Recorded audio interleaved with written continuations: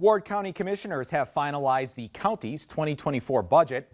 Next year's budget comes in at more than $60 million. That's $4 million more than this year's. Property taxes increased by nearly 7%.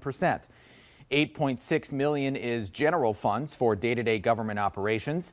Another chunk of where funds are allocated is emergency and public safety services with a budget of $17 million. The Highway Department has more than $12 million. We'll have a copy of the full breakdown on our website.